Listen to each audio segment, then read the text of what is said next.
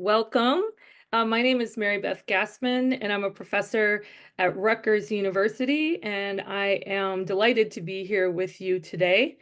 We are pleased to be hosting the first session in a two-year series that we are sponsoring on governance and leadership at minority-serving institutions. And we're sponsoring this with the Association of Governing Boards. And it is funded by ECMC Foundation. And so we're really thrilled to be working with these organizations to put together this wonderful series. The series today is going to start off with a spotlight on historically Black colleges and universities, but we will have representatives from across all different types of minority serving institutions. So we're really excited about that. And for those of you who have been following along with us, we are offering a digital badge from Rutgers University as if you attend all of the sessions in the series. So Giselle on our team is going to put some information in the chat about the digital badge.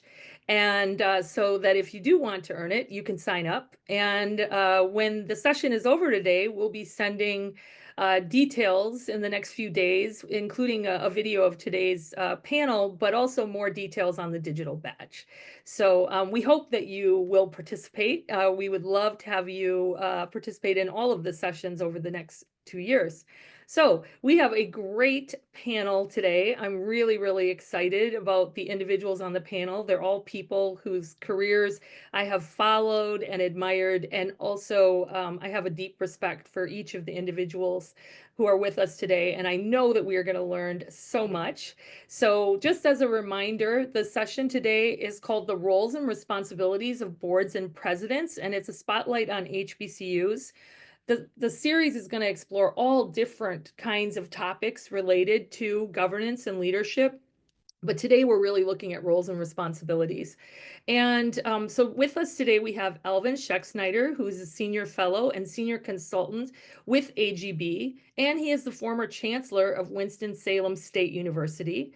We have Colette Pierce-Burnett, who is president emeritus of Houston-Tillotson University.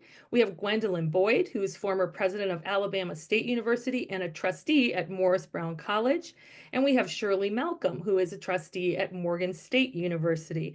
So I want to say welcome to everyone. Thank you so much for joining us today. Really excited.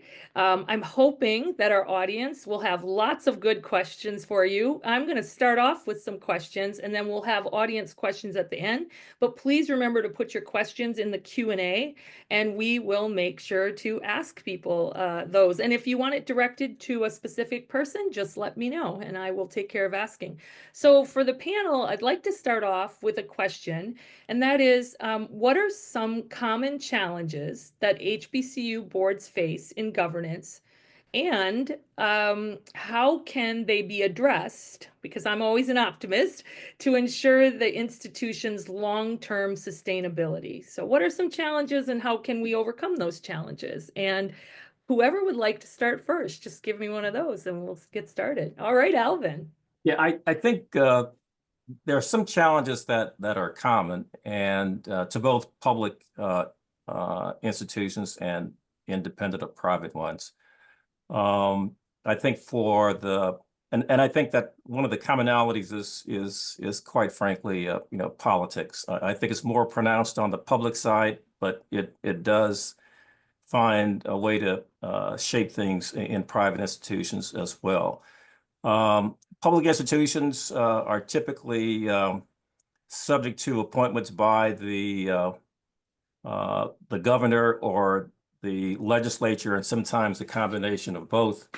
Private institutions, particularly those that are church-related, have a larger challenge, and that is, oftentimes, they are subject to having very strong influence if they're church-related, bishops, pastors, and so on. And of course, there are always alums, I think, on both sides as well, both the public and private institutions. I think for the independent or private schools, one of the big challenges today is that people aren't going to church as much as they used to, and church attendance is down. The rise of mega churches TD Jakes, Creflo Dollar, make it very, very hard. These non-denominational religious organizations, I think, have had an adverse effect on traditional support for private institutions. But I think, politics, sometimes roles are reserved for alums, a specified number of seats on a board, whether public or private, and that too, I think, is a big challenge. Thank you. Others? Yes, I can Colette, and then Shirley. I can add to what Alvin was saying, particularly about building a matrix of skill sets on boards. In my experience, it takes a while that you build this, where you have people with investment responsibility, investment background, financial backgrounds, higher education backgrounds, K-12 backgrounds, all kinds of banking backgrounds, and you have a cross section, a diversity of thought. We tend to, as particularly for the privates, we tend to pick our friends, and they may have a similar train of thought, a similar way of operating, similar backgrounds, and it doesn't bring diversity to the board, which is super helpful for the president to be able to have this cross section of talent on their board. And we just don't do that. We don't set up a matrix and see where the gaps and holes are on particular boards. And I've seen that as a challenge. Thank you. Fixable, like you said, Shirley? it's fixable, but it is a challenge. Shirley? Yes, I want to agree with Colette now, but because getting the right mix of people on a board is really, really tough. You want not just the skilled mix, but the kind of representational mix. You want people who have been to that institution, who have graduated from that institution, who love that institution because of what it has given them, but you don't want too many of them, because otherwise it makes it very difficult to have discussions about change and to have discussions about culture and about the culture of the institution, the culture of the board, and how you move a board into the future.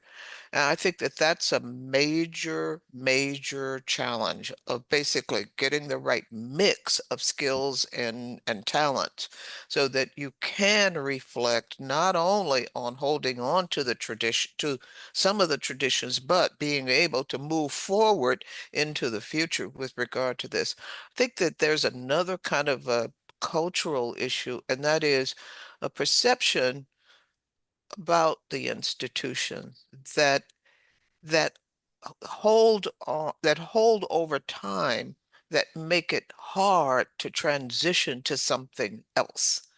And whether that is around a state thinking you're the same teacher training institution that you were 50 years ago, when you are in fact you're doing research, or you have different needs, and they're not be having those needs recognized because the narrative of the institution has not shifted sufficiently. And I think that that is a major concern. Thank you. Gwendolyn? I'll agree with what everyone has already said. Just to add to that, protecting the brand in the wrong way. We live in the world of the good old days, and sometimes they weren't good, they were just old. And being able to release ourselves to move the institution into the future. And so, agreeing with what everyone has already said, it's so important that the board be future focused. Yes, we have a culture. Yes, we understand all of that. We have homecoming and we celebrate, but we need the board to be focused on the future and bring those resources to the table to help the institution get to that great future. Thank you. Thank you, everyone. All right. So now I have a question specifically for Alvin. So as a former president of Winston-Salem State University and also a senior fellow at AGB, which does so much governance work, what do you see as the most significant shifts in the relationship between boards and presidents over the years? And how have these shifts influenced governance in positive and perhaps challenging ways? This is something I hear you talk about and write about a lot. So I do. AGB is engaged in research constantly, and so a lot of what we do is is based on identifying, best practice. And clearly one of the most critical relationships in effective board governance is the relationship between the board chair and the president. I think I've witnessed an increasing appreciation for that relationship. I think the board chair is, again, like the president, one where many are called but few are chosen. And there have been a couple of references to board culture. Every board does have a culture, and I think boards are sometimes reluctant to change. So changing the culture of the board as changing the culture of any organization, I think can be a real challenge. But I do see an increasing awareness of the importance of that relationship. It is critical. And I think the chemistry among the board members is also very, very important. You're right. It's critical, I think, to have a board matrix where you identify specific skill sets that are needed. That's oftentimes, I think, done if there is a governance committee of the board, a board that assesses itself as well as it assesses the performance of the president. I think board performance appraisals are very, very critical. And in conducting a performance review of board performance, one gets a sense of, do we have the right people on the board? Because things are changing constantly. Is the board requiring the president to assess risks, both current and future ones? And the risks aren't necessarily related to an old building or a campus that is not modern. It could be related to Title IX. It could be related to finances. And so I think these are the kinds of issues that boards can get at if they are assessing their performance on a regular basis. But I think understanding the need to have the right people on the board who bring specific skill sets that will ensure sustainability and keeps the board aware and on its toes of where there are some weaknesses, where there's some strengths, where they need to shore up the kind of talent they have on the board. And along those lines, I think it's important for boards to think about succession planning in the sense of, how do you develop future board talent? Once you identify what the skill sets are that are needed, how do you go about determining how you recruit people to serve on the board? Because the best people are sought after. And so everybody wants, a certain handful of individuals, but I think it's important that boards think about developing their own talent as well. Shirley. Yeah, I agree with Alvin with regard to the relationship between the president and the chair of the board, but I want to expand that. Boards have committees, and there is the need for a relationship between the president and those committee chairs. I chair the Finance and Facilities Committee of the Board of Regents at Morgan State. And it is important that the kind of resource and how resources get used and facilities and what the needs are of facilities, that those things are also worked out within whatever that committee happens to be, and that there is some agreement that is formed inside of the committee before you go to the full board, so that you can, in fact, begin to kind of see in a more nuanced way what the things are that you need to deal with and what the things are where you may end up with a challenge.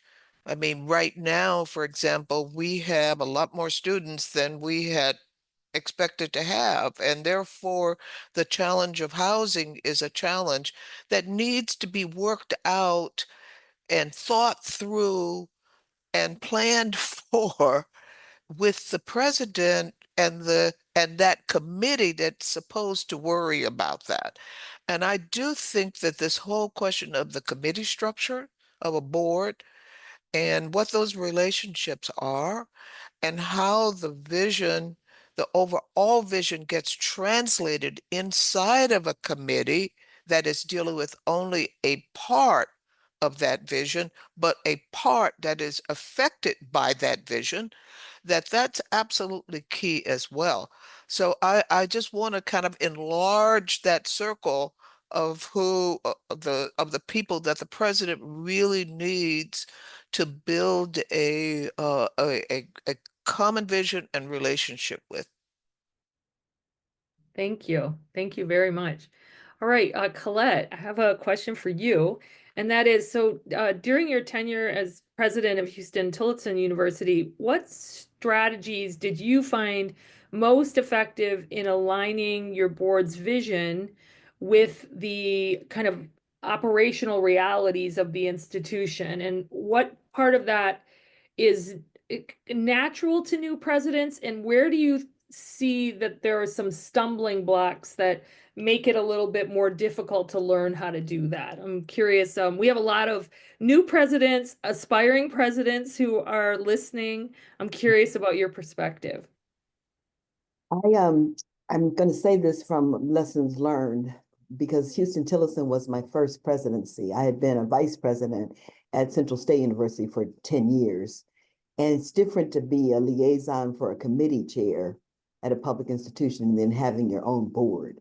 So I thought I knew about board relations and board relationships, et cetera. But when I got there and had my own board of 24 people, that was at a private institution that was very different. And I think board relationships for presidents is one of the greatest risk factor to your presidency. And I don't think we do enough conversations with new presidents about board relations. And I really want to amplify about your board chair.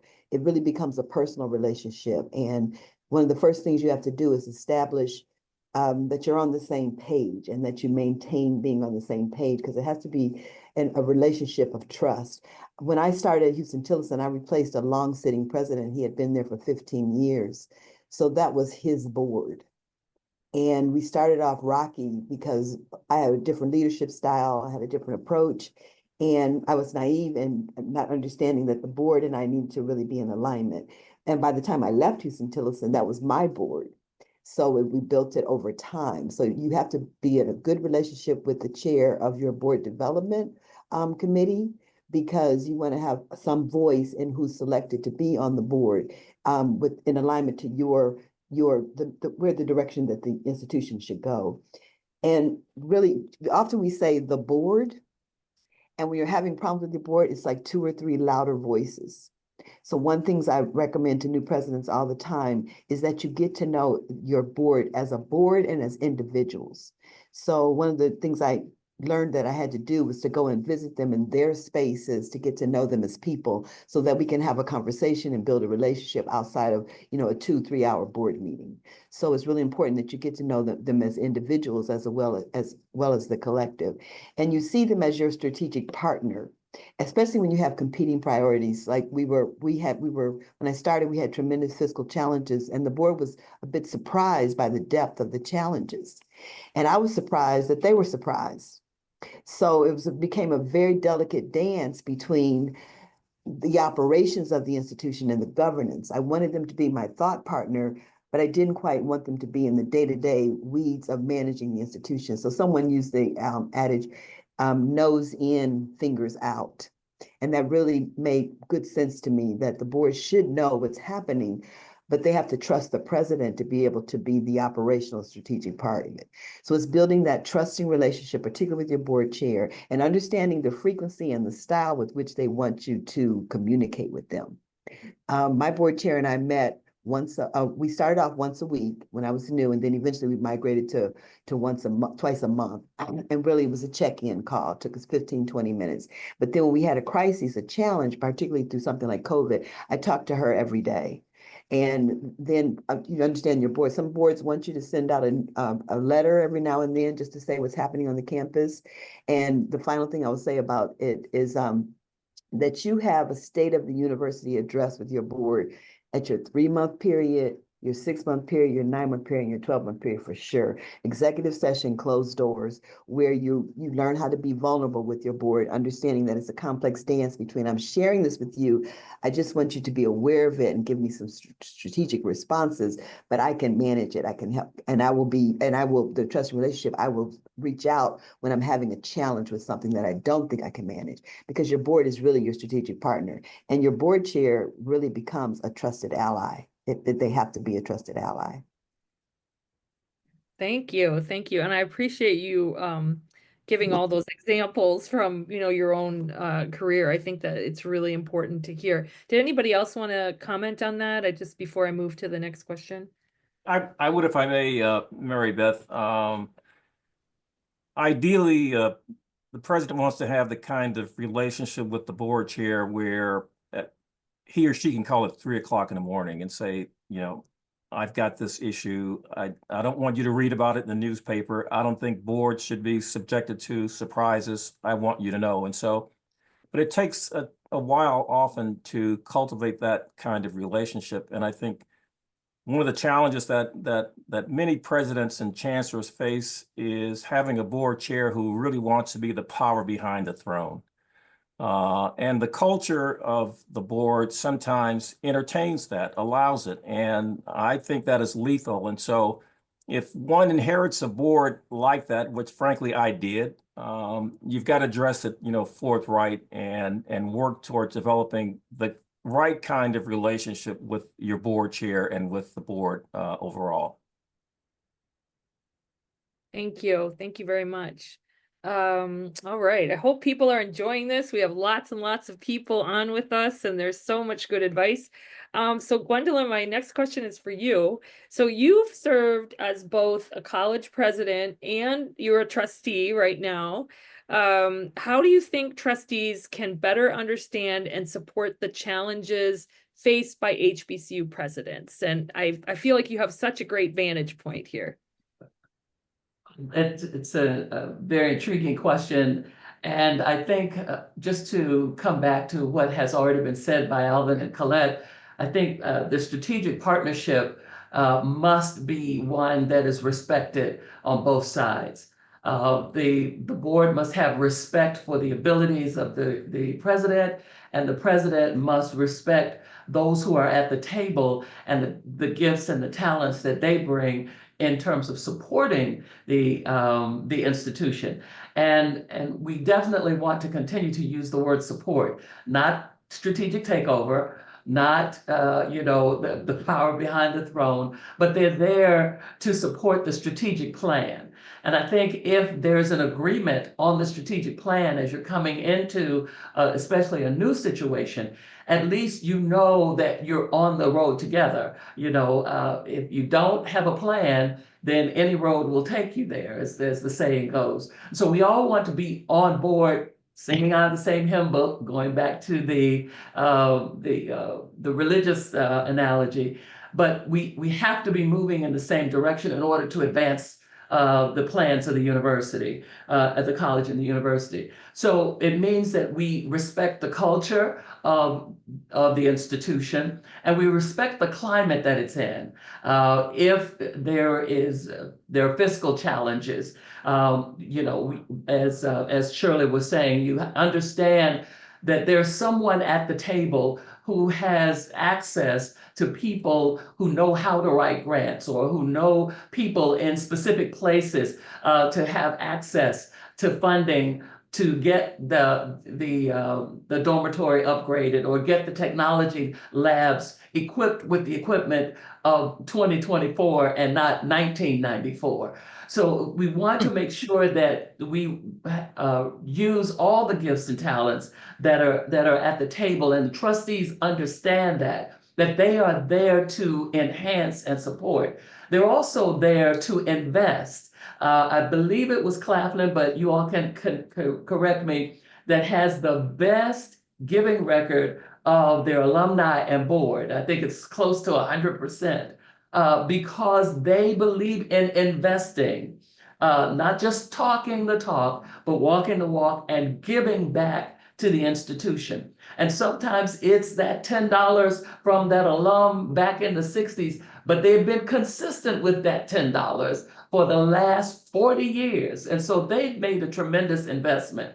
Or you have a millionaire on your board who also knows other millionaires and they can get them to invest. So I believe it's also understanding that they need to invest in the strategic plan of the institution. Again, we have to all know where we want to go and how we want to get there. And it's also about relationships. You don't want to bring in relationships that are detrimental to the university, college or university.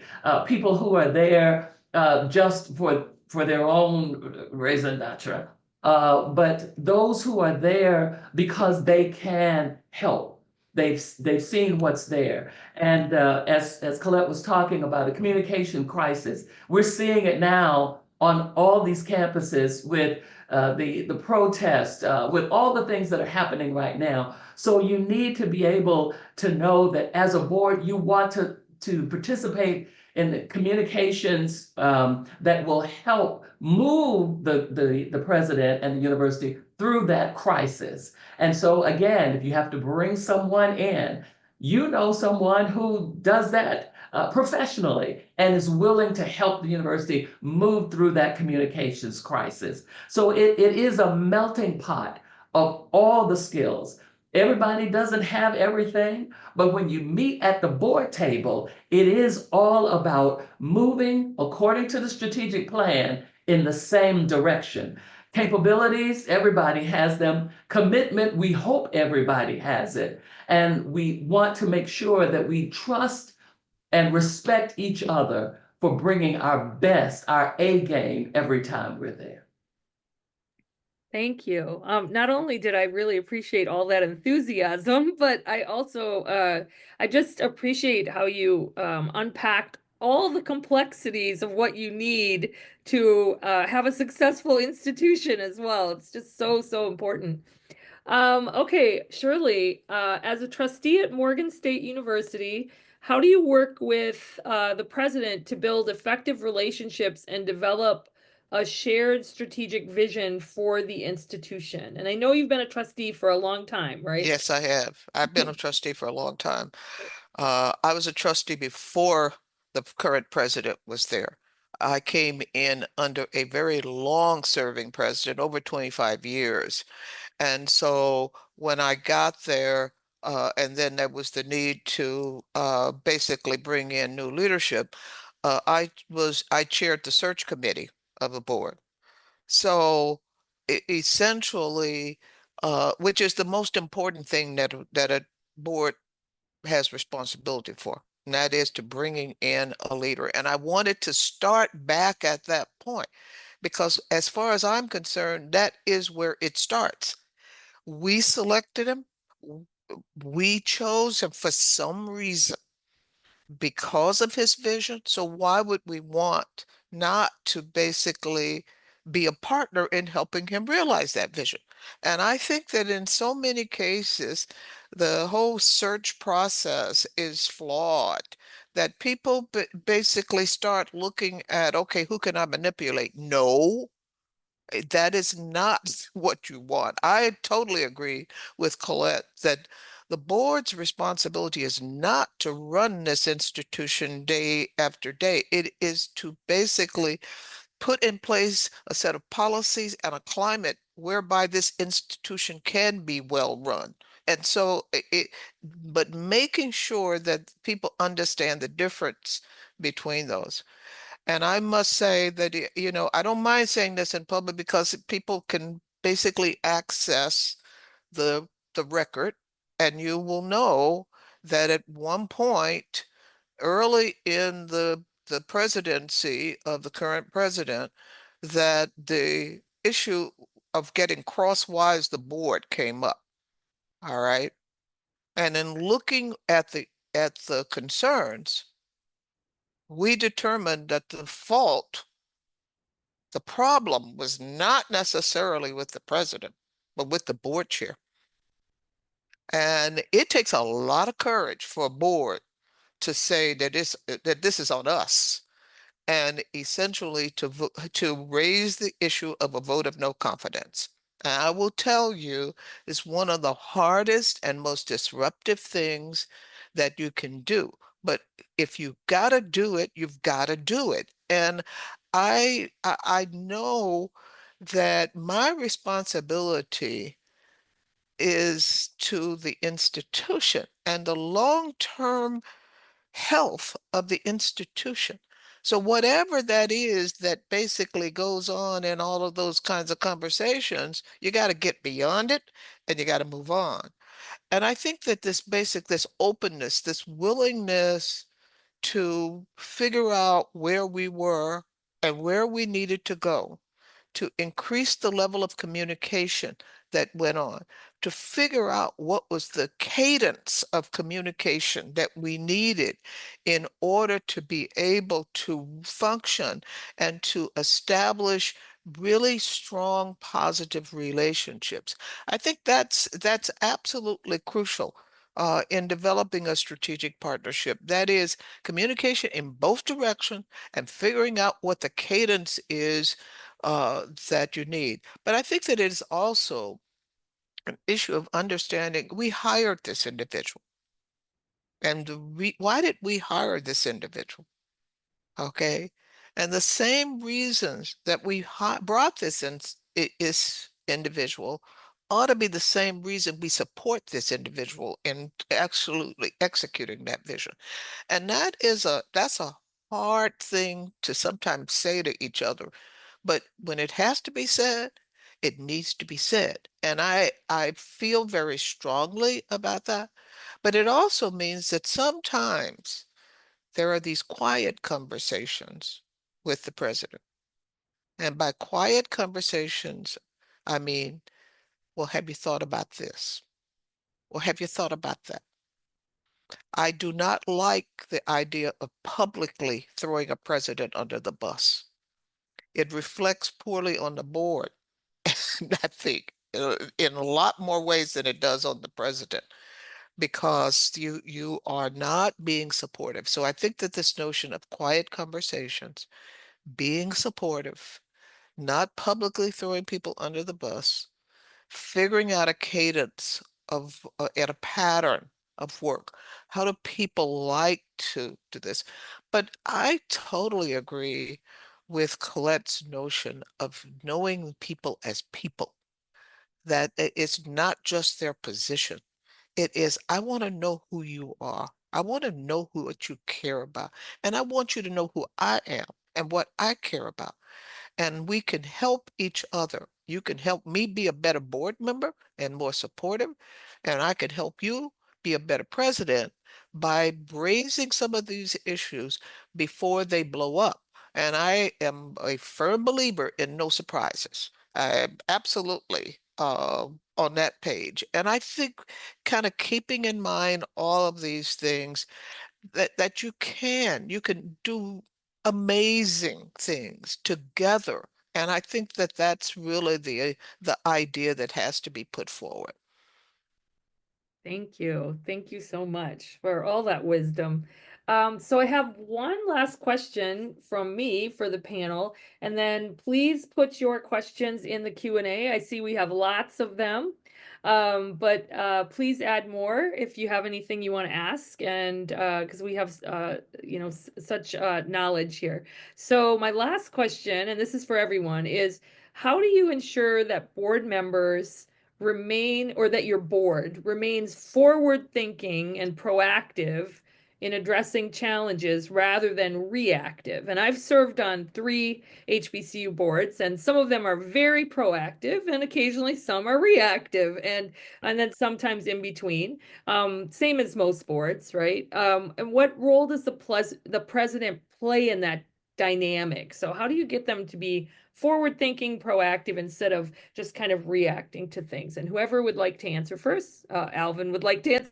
Yeah, I'd like to. But first, let me say I agree with everything that's been said, and I do think that relationships are important, and that if a president stumbles, it's not her fault alone. The most important thing, as Shirley said, that a board does is to select the president. And so if anything goes awry, the board has to accept some responsibility for that. But with regard to, being proactive, I think it really is important that boards allow themselves to get some refresher training about board governance and what it means for their institution. And so I think also that regular assessment of the board's performance and each individual member is very important, and that the president should be tasked with responsibility for keeping the board informed about key trends in higher education. What are some policy issues that are existing presently, but some that need to be anticipated? I mentioned earlier the importance of not just staying informed about key trends and policy issues in higher ed, but also which ones are of particular concern to historically Black colleges and universities, because they are uniquely different. And I think the president should keep the board informed of issues pertaining to risk management. Having a committee that focuses on risk management, I think, is very, very important. I think most boards don't like being surprised, and I think presidents don't either, but I think the president has a particular role to play in ensuring that the board has the information that it needs so that it's in a position to be proactive rather than reactive. Thank you. Thank you. Anyone else? I'd like to add to that. From a president's perspective, because you're like fighting fires, you're running around all the time, it feels like the board meeting is every day as opposed to quarterly. It's like it's here again. I've learned over time in my presidency that if you build a work plan for the year and stick to it, those topics in alignment with the strategic plan, and you work with your board chair to build an agenda. You send out your materials ahead of time, and we did not do this well a lot because we're always, it's like, it feels like the train is moving so quickly. But the more time you invest in your board, the greater the return on the investment, the greater the dividends. So sending them materials to read on a particular topic that you care about, like enrollment trends, high school graduation rates, things that presidents worry about that you want your board to be versed with, you have to send them materials, and they're all very busy people. In some cases, they have jobs bigger than your own. So, and you want those people on your board, but you have to recognize that they need time to digest materials. And I think that it feels big, but once you build it and stick to it and you make it a part of the way you operate, you get great returns on that. I can say that from having not been good at it in the very beginning and then work our way to it. And the very key crucial thing that people don't think about is who your board liaison is. Whether it's your general counsel, your chief of staff, you find the resources to hire a person that's particularly, depending on the size of your board, the frequency of board meetings, et cetera. If that person doesn't have good chemistry with the board and meeting the board's needs, it falls on the head of the president. So that may seem like not an important role, but that is a crucial, once you find that good person that builds a really good, healthy relationship with the board in its entirety, as far as getting materials, finding their needs, getting them tickets to things, and making sure that they're invited to events outside of just commencement so that they can stay connected to the university in other ways. But that person really is your right-hand person in building those relationships with the board. They can watch dynamics in a board meeting for you when someone's not understanding something. So that right person in that job is really, really, really important. And we started these connected to the mission part, where we carved a part out of the board meeting that we had a student come and present or a faculty member come and present something that was happening on the campus, just for the board to stay connected to, really the heartbeat things that are happening on the campus that boards don't actually get to participate. But then finding that delicate balance that boards aren't like overreaching into the campus to the detriment of the universe, of the president attempting to manage it in the right direction. Thank you. Anyone else want to comment on that? Let Shirley, Gwen go first. let She Glenn has go first. better vision on this one. I don't know if I have better vision, but I'll add another perspective just to follow what Colette was saying. I think to keep your board thinking forward, going back again to the strategic plan, reviewing it often, having the appropriate training that Alvin was talking about. And I think also adding to your board meeting an opportunity to talk about points of pride, to review aspirational goals. We're not there yet, but here we are. We want a new laboratory. We want a new building. We want a new science building. And so we have a new lab. We have an opportunity for this. And to keep the points of pride in front of the board so that, again, they understand where we're going. The relationships are built, and they keep thinking when they're outside of board meeting, how can I help get this new science building? What relationships do I have beyond this table that can help us get a new science building, a new science program, started there? So again, forward thinking also means that, again, thinking through the crisis, because there's a crisis almost every day, but how do you respond, and who do you call in to help? And also, how do you pivot? COVID taught everybody that. How do you, when faced with something that no one saw coming, how do you pivot and keep moving forward at the same time? So I think, again, we bring the board in for that discussion. We celebrate the points of pride along the spectrum, and then we keep those aspirational goals in front of them. Thank you. Terrific. Everybody's responses are terrific. But I want to go all the way back to square one. And that is this, when I started by talking about the mix of talent on the board, I find too few boards that actually have people who are there who know something about higher education. They want to bring in people who are alums or business people or legal or whatever, but it's very useful to have somebody who can help the president introduce this notions that there are things that are best practices going forward. There are trends that are moving, that we are on a train. We are not stopped in the station, that in fact that things are continuing to move. But the other thing is that there are opportunities within committee meetings, for example, to help lift things up. The president and I meet the president meets with the chair about the full committee, but the president and I meet about the committee agenda for my particular committee. And when we see something that likely is going to require a bit of contextualizing, then you lift that up, you contextualize it for your other board members. That's the opportunity for the president to then move in and to bring this kind of these new trends, the best practices, discussions into the context of decision making that the board is actually involved in. So I think that it has to be all along, all the way from putting people on the board to how do you use that talent and those perspectives in the context of board meetings, board decision making, looking for forward trends and things like that.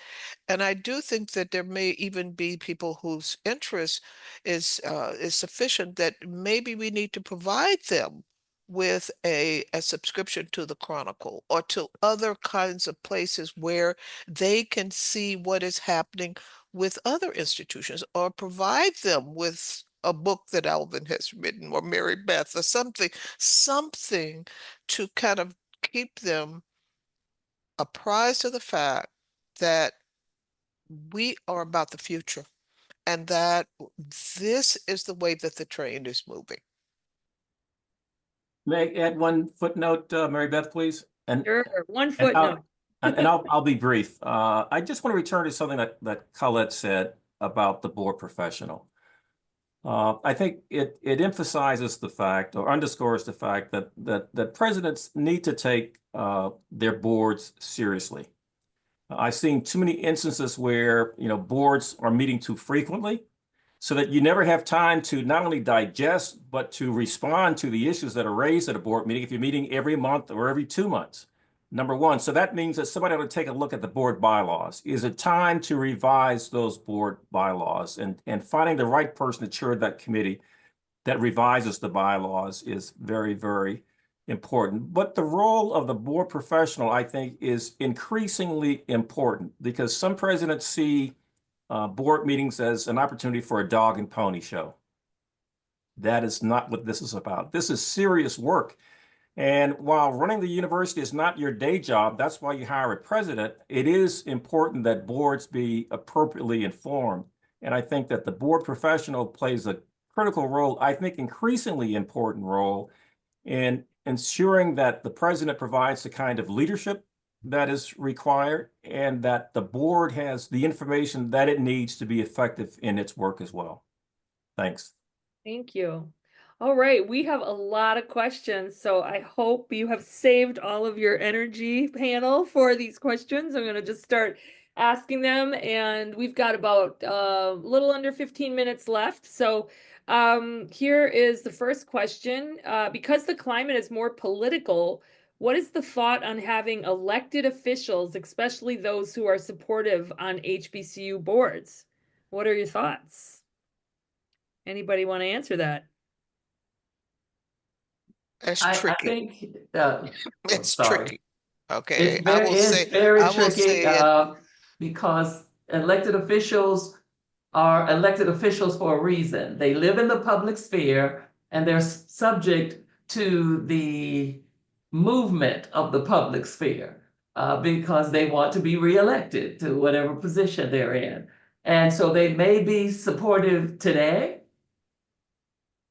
and tomorrow may be a different story if the community is moving in a different direction. So that's just my take on it. Shirley, did you have a comment? We have elected officials on our board and have had, but the elected official we have is an alum who loves the institution and would never do anything to basically jeopardize the institution. When I say it's tricky, and it depends, I'll just say it like that. It's tricky and it depends. Yeah. Thank you. Thank you, everyone. Okay, here's another question. This is sort of about future presidents of HBCUs, but boards, they select the president. So is it possible for a person with no HBCU experience, was not a student, faculty, or administrator at an HBCU, to be competitive for a presidency at an HBCU? What are things that they might do to make themselves stand out in their candidacy? And this is, I think, a question for people who've been a president, but also for people who are serving on boards. Like, what's your perspective on that? Just thought I would ask. I'd like to respond, and it's frankly something that I've written about. I think historically Black institutions are unique, both in terms of their origins, their history, and the role that they continue to play. They're more than institutions of higher learning. They're preservers and conservators of our history, our culture, our traditions. And I think anyone who doesn't understand that, who assumes a leadership role in an historically Black institution, has a huge learning curve. And I've witnessed and I've experienced, quite frankly, I thought that when I left a large research university and went to an historically Black institution, because I was a product of an historically Black institution, that I knew all that I needed to know about leading it. And that was not a wise point of view. And it was a costly one. And so I think that culture does matter. I think organizations need a certain type of leadership at certain stages in their history or their development. I think boards need to understand that. And while one might be an expert in higher education, I think a different skill set is required to lead an historically Black or a minority serving institution. Thank you. Others? Okay, as someone who has chaired a search committee and had to go out there on the market and look at the people who were kind of being passed through, I am not of a mind to say that unless you know something, unless you have gone to an HBCU or worked at an HBCU, that you can't lead an HBCU. I wouldn't go that far, because if I did, we're going to have a lot of problems coming up in terms of finding leadership. I will, however, say, and I think you have to demonstrate that you have spent enough time reflecting on how that role is different, that you have spent enough time making sure that you understand that history and that you are bringing some of that understanding to the position. I can envision that a historian of African American history might be bringing the right kinds of background if they have looked at these kinds of concerns. What they're likely to confront in actually leading an institution is going to be different for anybody coming in any case, because they're not necessarily going to be up to date with regard to what this institution may not have had over the prior 10 years or 15 years, and how they might have been treated differently if they're public institutions within the public sphere and around public decision making. So you're going to have a challenge, I don't care what. But the question is, I am open to not limiting ourselves. I'm open to performance appraisal. Can you demonstrate to me that you understand enough about about the importance of these institutions, that in fact that you are capable of entering deep learning and around leading one? Well, the only thing, what I would add to that, and everybody said it, it's the passion for the mission. Yes. I did not attend an HBCU, but I've dedicated the last 30 years of my professional career to them. I believe in the mission very strongly. I have a passion for it, and you can't serve those you don't love. So if you're going just for the presidency, it's not the place for you.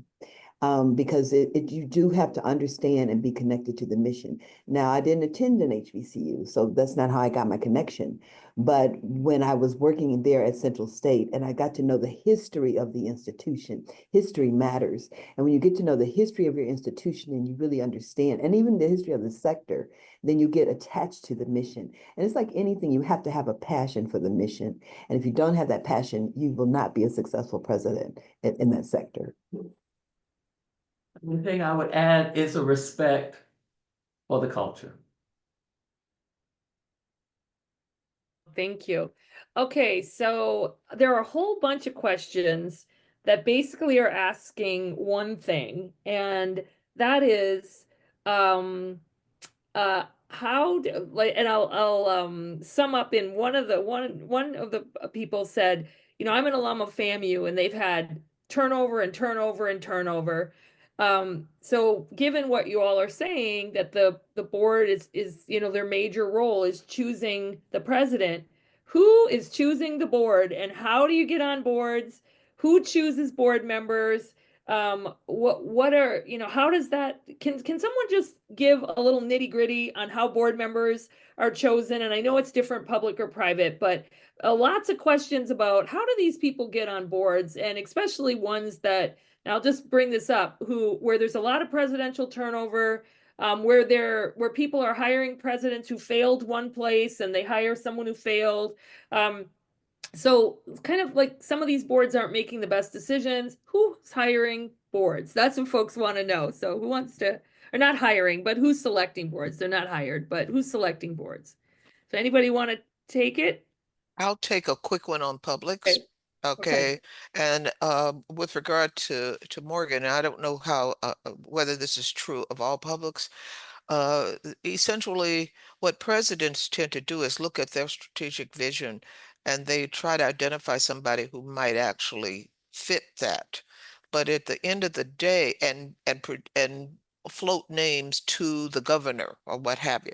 But at the end of the day, I was appointed and reappointed by governors, and I had to be confirmed by state senates. So that's me. That's what happened in my case. I'd like to respond, Mary Beth. I think it varies from state to state. I've served on both public and private boards in Virginia. I live in Virginia, and I've worked in the UNC system as well. And unlike UNC, we have something called the State Council for Higher Education for Virginia, SCHEV, and I've served on that too. But I'd like to focus a little bit more on the role of the institution, because governing boards typically have a governance committee where they work with the president in identifying and vetting potential members to serve on the board, so that, again, if you have an idea of the skills that you're needed, this governance committee can quickly identify people who they think have the right skills to serve on the board. And those discussions occur between the president, the board, and the governor or some member of the legislature. But typically for public institutions, it's a matter of either the governor recommending so many or the legislature recommending so many. But I think it helps if the university has in mind certain individuals that they think would be helpful to the board in fulfilling the mission of the institution. Thank you. Thank you. I think we have time for one more question. We have so many questions, so we're not going to be able to get to all of these, but really appreciate all the questions. So let's see. The last one I'm going to ask is, let me see. Okay, this is, I think, is something that people think about all the time too. How can the president work with the board to foster a culture of giving, ensuring that financial contributions are seen as a shared responsibility rather than just a presidential duty? That's a good one. Anybody? I'll go back to I believe it was Claflin. Please correct me if I'm wrong. It is. Who It has is. a Yeah, tremendous it is. uh, giving reputation. And first of all, they're excited about being known for their giving, and I think more than anything, it is because they believe in the institution. They see the fruit of their labor, of their giving, in terms of whatever is happening across the board. That it's maybe not necessarily for one project or one building, but their continuous commitment and is sustaining the institution for years yet to come. And so it's not a one-time gift. It's just like eating. You eat every day. And so they give every year. They consistently give because they want to sustain that institution. So I think as we understand that, we celebrate the giving posture and the giving attitude of everybody, alums. Even the students give, and they don't even have jobs. But they know that if they just give $1 and start giving as an attitude, it's like tithing in church. You give because it is the right thing to do. Thank you. Thank you. So, first of all, I want to thank our amazing panel. I hope that everyone who has chimed in, and please stay with me for just a minute because I've got some more good information, has realized just the amount of knowledge and dedication, leadership that our panel brings. And I just want to thank each of you for the lives that you are living and for all that you give. Really, really appreciate you so much and admire you so much. And thank you for taking out time to be with us today. I do want to remind everyone that we are recording today's panel. And so if you registered, you will get a copy of the recording, and it'll be available on our YouTube channel at the Rutgers Center for Minority Serving Institutions. And I also want to remind folks that if you want to attend all of the sessions, there are 5 over the course of a 2-year period. You can get a digital badge from Rutgers University and to put on your LinkedIn or your CV or however you want to use it. So I also want to thank our wonderful staff at the Rutgers Center for Minority Serving Institutions and our partner, the Association of Governing Boards, and our funder, ECMC Foundation. There is no way that we could do this work without wonderful partners and our staff and our funders. So thank you, everyone. We had a huge crowd today, and I'm just really, really thrilled that people care about this issue. It's so, so important. So thank you, everyone. Have a wonderful rest of the day and rest of the week. Take care. Thank you. Bye.